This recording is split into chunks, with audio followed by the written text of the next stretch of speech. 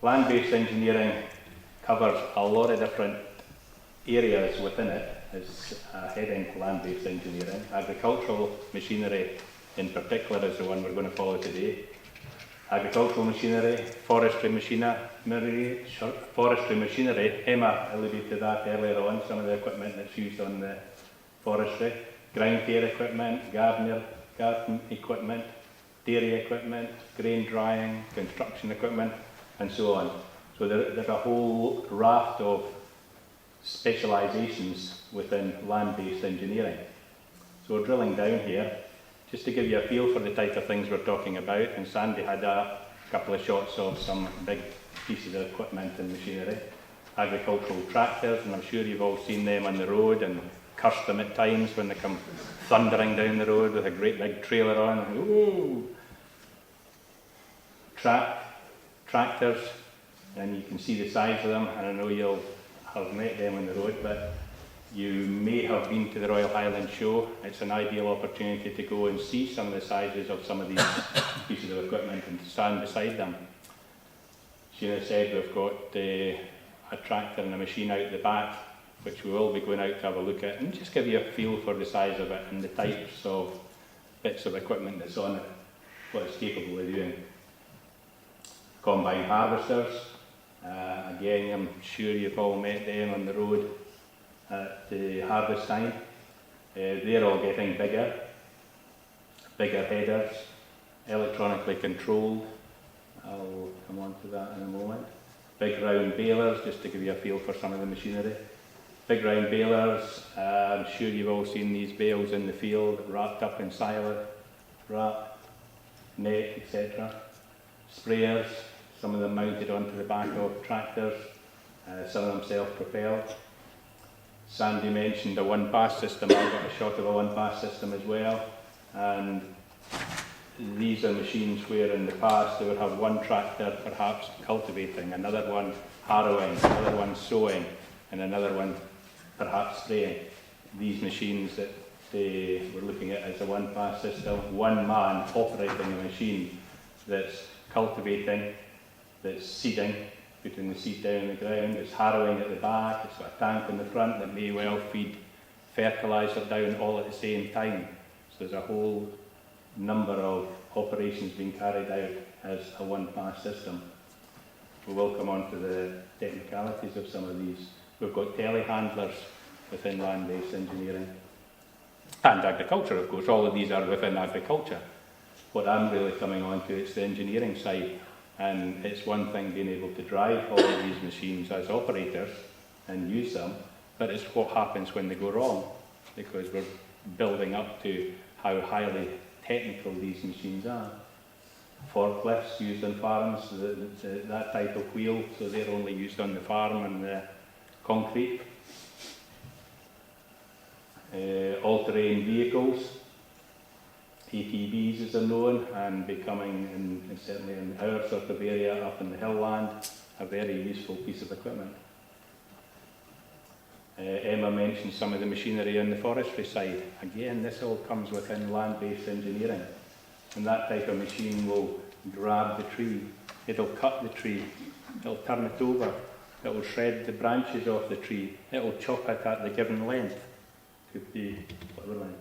And you've all seen on the forest drives the big pile of wood at the end of the trees. These are the machines that are in there. Again, I'm leading up to the fact that when they go faulty and wrong, and they don't cut it at the correct length, and they don't turn it over, and they don't slide it across, then we're the guys that sort them. So, leading on, garden machinery, ground care machines, used not only on estates and around your garden, used councils, golf courses, all sorts of places like that. And then we'll come on to things like robotic milking parlours, all part of land-based engineering. Again, we're the guys that sort them. So these are the types of equipment now where the cows come in themselves. They're not brought in at 4 o'clock in the morning or at 3 o'clock in the afternoon, specific times. They come in themselves. They know when they're needing milk. The tag So the system will probably give them some feed, and that could be a controlled feed for individual cows. The milking is carried out automatically, and the cow then goes back out again. But again, we're the guys that sort it when it goes faulty. If there is a fault in it, it would probably just tell the farmer with a text or an email at 4 o'clock in the morning. Other than that, he doesn't need to come out at 4 o'clock in the morning to do the milking. Tractors and machinery have automatic steering on them now, where they can drive to the other end of the field within a centimetre. In fact, they could travel right round the world within a centimetre. And it's like GPS on your car and sat-navs on your car. Your car knows exactly where it is at any point in time. That will know exactly where it is at any point in time. And that can be linked into the steering, where it would actually steer the tractor itself. So the driver doesn't actually steer the tractor around the field. The advantage to that, there's less emphasis on the driver to make sure he gets to the end of the field, less emphasis on the driver to make sure he takes the full width of the machine and gets maximum efficiency from the machine. Auto guide, a similar sort of system. Basically that will be mounted within the car of the tractor, and the driver can see exactly where it is, a little bit like the sat-nav in your car. There's a whole load of other facilities inside these tractors on screens. We'll have a look at the tractor outside. It's a fairly basic tractor. It's outside today that we're going to look at, but many of them now, the majority of them now, will have screens on that they can be used to control the machine in the back.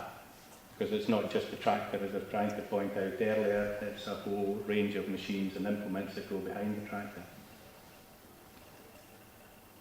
Just another shot of the controls within the tractor.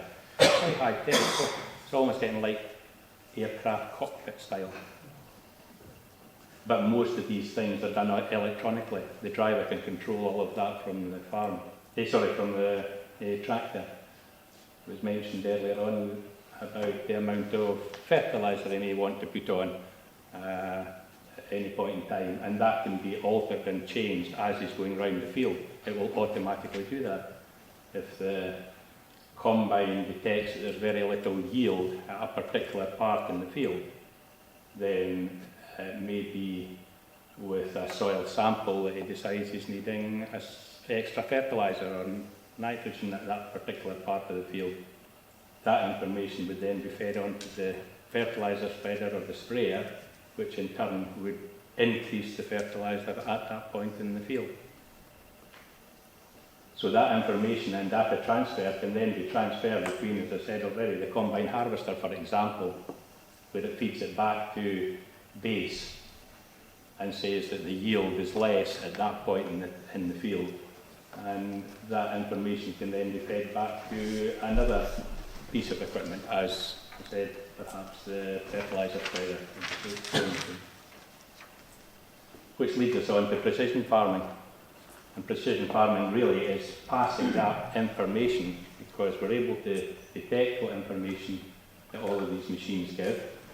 So, for example, in the bottom left-hand corner we've got a combine harvester, and as I said, that information can be fed back to the farm computer. That information from the farm computer can then be fed across to perhaps a machine on the right-hand side that's planting or sowing. Or top left-hand side, we've got crop care and nutrients, as I said, sprays, fertiliser.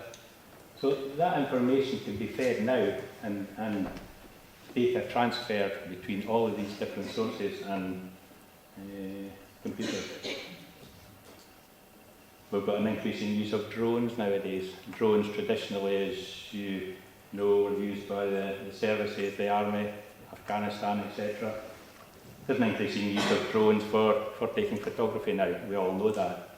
But drones are becoming an increasingly important part in farming, and it will increase. There will be more use of drones as time goes forward. I think it's the next phase of technology going forward. Each year we think, technology, it can't get any higher. Push on, I'm getting pushed here for time. Robotic tractors now, we've got the facility there to run tractors without drivers. So just to give you a feel for it, we've got general mechanics engineers who will still need to dismantle machines and repair machines mechanically. There's an increasing use of laptops, computers, data that these engineers and technicians are using now. So, land-based engineering, I went through these earlier, all these different sorts of areas. What specialisations? We can specialise within any of these areas, whether it be a forestry machine or an agricultural machine. So you can specialise in engines, transmissions, hydraulics, GPS, we mentioned data recording, robotics. What job opportunities? I'm pushing on now. She's come up with her battery with 2 minutes. I thought, ooh, panic. What job opportunities have we got within the industry? As I did, started as an apprentice. So you can start as an apprentice, and that's what we're looking for. We're needing good apprentices with the skills that can carry out the repairs on these machines I've just talked about. Leading on to service engineer, technician, leading on to foreman, service manager, tractor machinery sales, parts department. There's lots of parts required for all of these machines. Demonstrator, manufacturing support, design. What sort of skills do we need for it? We need people, youngsters that's coming through that has a want to understand how things work. I really need to understand how this works. Got an inquisitive mind. Someone with a logical mind. We don't want somebody dismantling a machine that just go a bit off here, go a bit off there. It needs to be done logically so that it can be built back up in a sensible order. And it's got dexterity. These big machines, they're not just a little mechano that's easy on the bench. It's a bit down here, and because of the size of it. So we need a bit of dexterity. You know, it's citizen.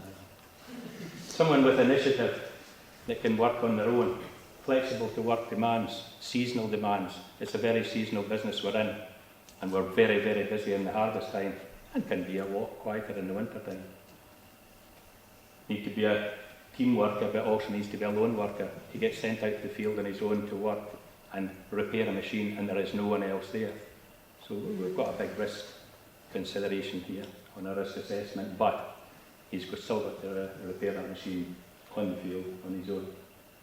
What entrance qualifications? O grades, national 5s. I'm going to say I've got difficulty keeping up with the qualifications that we get in schools now, so I could be corrected, but basically we're looking at O grades, national 5.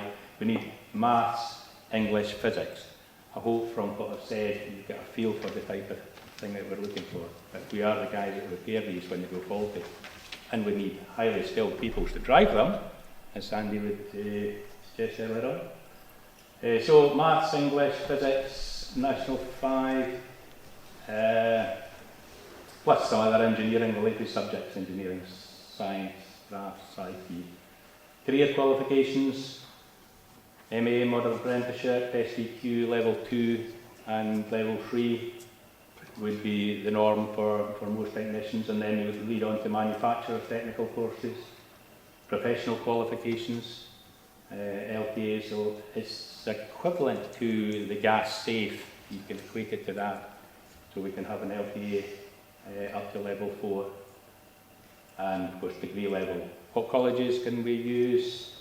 In Scotland, we've got SRUC, Oatridge campus, RNA campus, and we have a number of manufacturers' apprenticeship schemes like Massey Ferguson, Class, John Deere, Sandy mentioned JCP's another one, there's a number of them. Harper Adams University is the one that we'd probably go to for degree level.